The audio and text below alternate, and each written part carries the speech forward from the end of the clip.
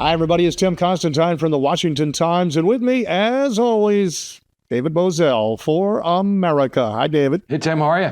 I'm doing great. Thank you. You know, there's a couple of guys running for president. You may have heard this. Donald Trump was 45th president of the United States, spent 4 years in the White House. Joe Biden has spent almost 4 years in the White House. They're running against each other. So we have an apples to apples, except there's a whole big chunk of the public that is not thrilled with either choice. And there's a third guy out here called Robert F. Kennedy Jr. He's running as an independent. Does RFK Jr. have a shot here? There are some polls, including one CNN poll that showed him with like 17% of the vote. Can he maintain and build on that? Well, Tim, the recent polling, I just saw Emerson had him at 6 and The Economist had him at 3. So all the polling for RFK was really strong. You mentioned the one that was 17. I think there was one as high as 18. Most of them settled at between 11 and 15 throughout, basically up until the beginning of June. Then Donald Trump, like right as his trial was ending, started firing off true socials against RFK and really dogging him and went after him hard. And RFK's polling seems to have dipped in the last 10 days or so. I don't know if there's cause and effect. Did Trump's attacks take away some Trump support from RFK, or if it's just a correlation? But the other thing that I've noticed with RFK in recently is that he's kind of disappeared from the public eye. He is not doing a lot of television interviews, and that could be a product of him just not being invited anymore. Maybe some of the press have just decided he's hurting Biden, therefore we need to just limit his exposure indefinitely. I kind of tend to think that that's what's going on right now within the mainstream press community. Don't talk about RFK. Don't invite him to the public square. Don't entertain any of his policy prescriptions or any of his ideas whatsoever, and then perhaps maybe the polling will go down. I think that's what's happening right now with RFK. Behind the scenes, and I can't verify this with names for you, but behind the scenes, I had a conversation with someone who is at the network that is putting on the debate, and they said they agreed. One of the conditions the Biden team put forth is we don't want RFK. I don't care what the polls say. I don't care how many ballots he's on. You don't want RFK. And that CNN had said, okay. So I wonder, they set out some criteria, which ironically, RFK's criteria is different than Trump and Biden's criteria for CNN, but they put out criteria for him. If he meets that criteria, in your opinion, not politically for Trump or not politically for Biden, but just as pure decency as a network, if they laid out some criteria, polling numbers and ballot numbers, and he meets them, should CNN include him in the debate? Got to bring him in. I mean, the country's clamoring for an alternative. At that point, if he meets that polling criteria, absolutely. And fundraising, I mean, I think some of his fundraising might be starting to dry up a little bit. Though his pick for vice president has got buckets of cash at her own personal disposal, so she could help out. But yeah, absolutely, you've got to bring him in, and I think it would. I mean, as a Politico, I want to see it. I want to see. He's probably perhaps more left wing than Joe Biden is. Maybe even more left wing than Barack Obama ever was. And I've always been of the mind that politically he hurts Joe Biden more than he hurts Donald Trump. I was kind of curious as to why Donald Trump kind of bashed him over the head for a couple weeks. Maybe there was something in Donald Trump's internal polling that suggested that it was hurting President Trump. But I've always been of the mind that RFK, given how left-wing he is, and given that he's basically from the Democrat Party, he can run as an independent all he wants, but he was going to hurt Joe Biden more. And so it doesn't surprise me to hear that Joe Biden is insistent on RFK not being there. And I think RFK could do real damage to Joe Biden on the debate stage. I think Joe Biden, he's a good debater, but I don't know how well. He's a good debater one-on-one, but he doesn't do well in a crowd. Like, he never really did well in the Democratic primary debate with 8 or so people. Right. But one-on-one, Joe Biden is terrific. I mean, mopped the floor with Paul Ryan and a few other. He did well against Trump last cycle. So one-on-one, he's good. In a crowd, I think it's a huge problem for Joe. I had a chance to sit down and interview RFK, and so my question for you is, if he's in the debate, how well could he do? Biden's pretty good at debate. Trump is different than anyone else, but he has his definite style in the debate. How good could RFK Jr. perform against those two guys? I think he would do fine. I mean, he's got some policy prescriptions that are way out there, right? So I think he's more left wing than Joe Biden is on guns, and Joe Biden is very left wing on guns. I don't know if that one is true. On the environment, that's true. On the economy, that's true. On the guns, I asked him specifically. I said to him, look, your family, you more than anybody, has an understanding of the potential violence of guns, of firearms. And I asked him point blank, would you try to change anything that is reference to the Second Amendment? He said, absolutely not. And then he went on and explained why. But he was crystal clear that absolutely, I'm not touching your guns. I'm not going to try to impact that at all. Well, that's awesome that he's had a road to Damascus conversion. But there's some commentary going way back as like 2012. Where RFK was way out of left field when it came to guns. So, but that's okay. I am all for converts to the Second Amendment issue. That's terrific. But I think he will do well. He's not going to be intimidated. His family's been in the spotlight. Obviously, I think it'll be interesting to see who he goes after. Right? Does he go after the president on his COVID response? Probably. Does he go after? Let's talk about President Trump. Does he go after President Biden? Well, he could also go after President Biden for President Biden's insistence that everybody get the jab. So he could go after both men on COVID response. How does he handle foreign policy? I think that's a little bit of a wild card is foreign policy because nobody knows really where he stands. And I think Donald Trump has a terrific case to make in the foreign policy space. Relative peace for 4 years.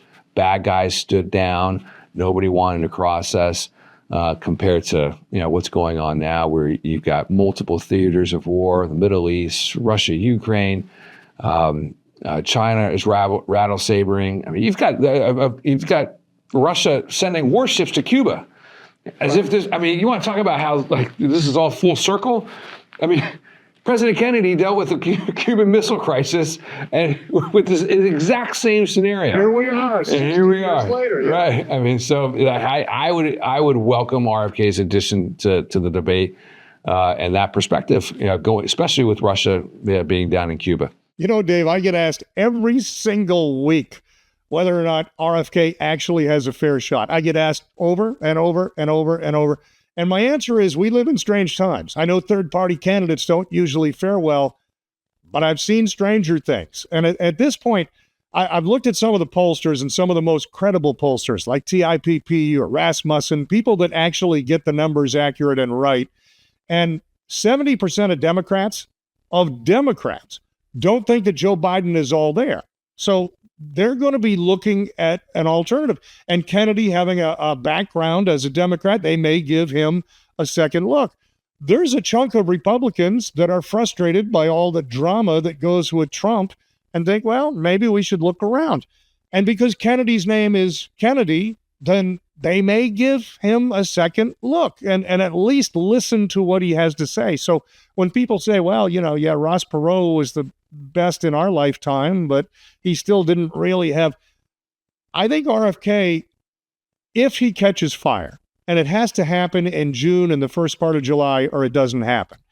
But if he could get himself in a debate and people see him as a legitimate third choice, stranger things have happened. He did an interesting thing, internal polling. They did within his campaign, they paid for a poll and asked people just one-on-one in all the battleground states, if it were RFK and Trump, who would you vote for?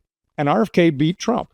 And he said, if it was just RFK and Biden, who would you vote for? And he beat Biden in all 6 battleground states. So those internals crushed him. Yeah. So strange things happen. I don't think so. And then here's the craziest of all scenarios for you. What if RFK, you and I always love talking about the Electoral College and the strange possibilities. What if RFK were able to catch fire and win 2 or 3 states? Just enough to keep both Trump and Biden below 270. It gets thrown to Congress. There are more Republican states in a congressional stance. So Trump would win, but the American public would go crazy, and the media isn't that sharp. So much of the American media would go, well, wait a minute, he didn't come in first, and we'll have a constitutional crisis, even though we followed the rules. So I certainly hope that doesn't. Bring it on. I'm all for it. I am just bring on the constitutional crisis. Look, I think RFK's political appeal, his strongest voter segment may actually be the never Trumpers.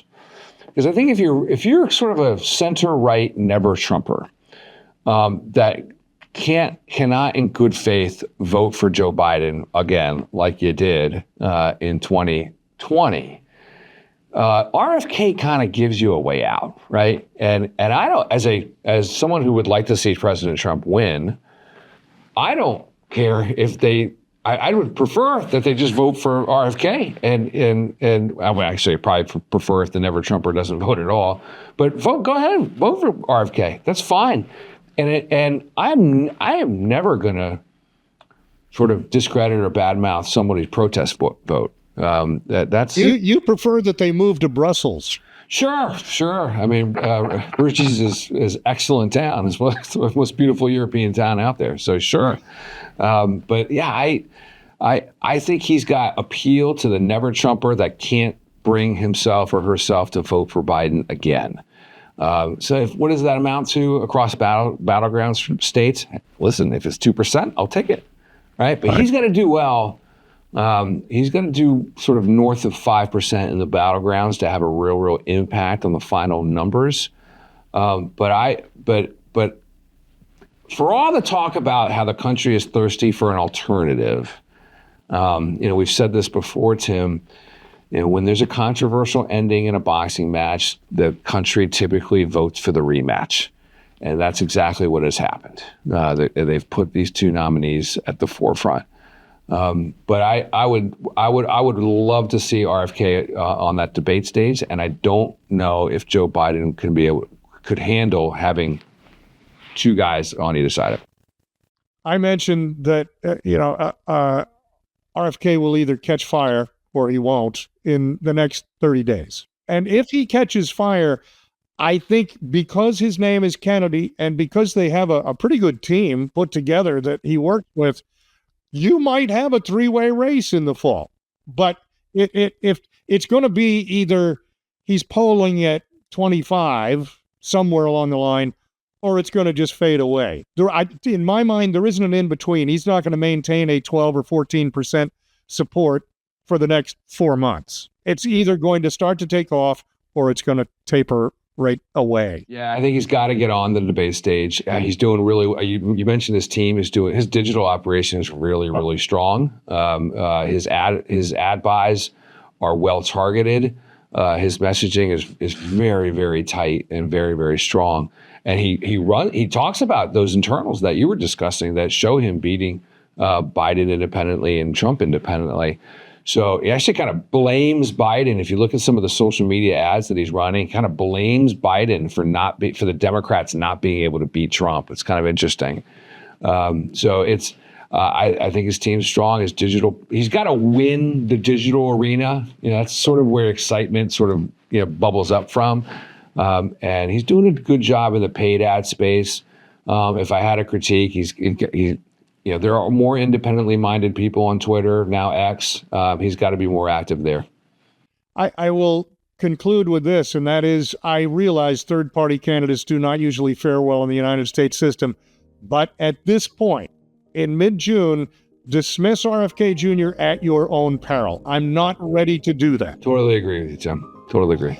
All right, my friend, for America, he is David Bozell. I'm Tim Constantine from the Washington Times. Thank you.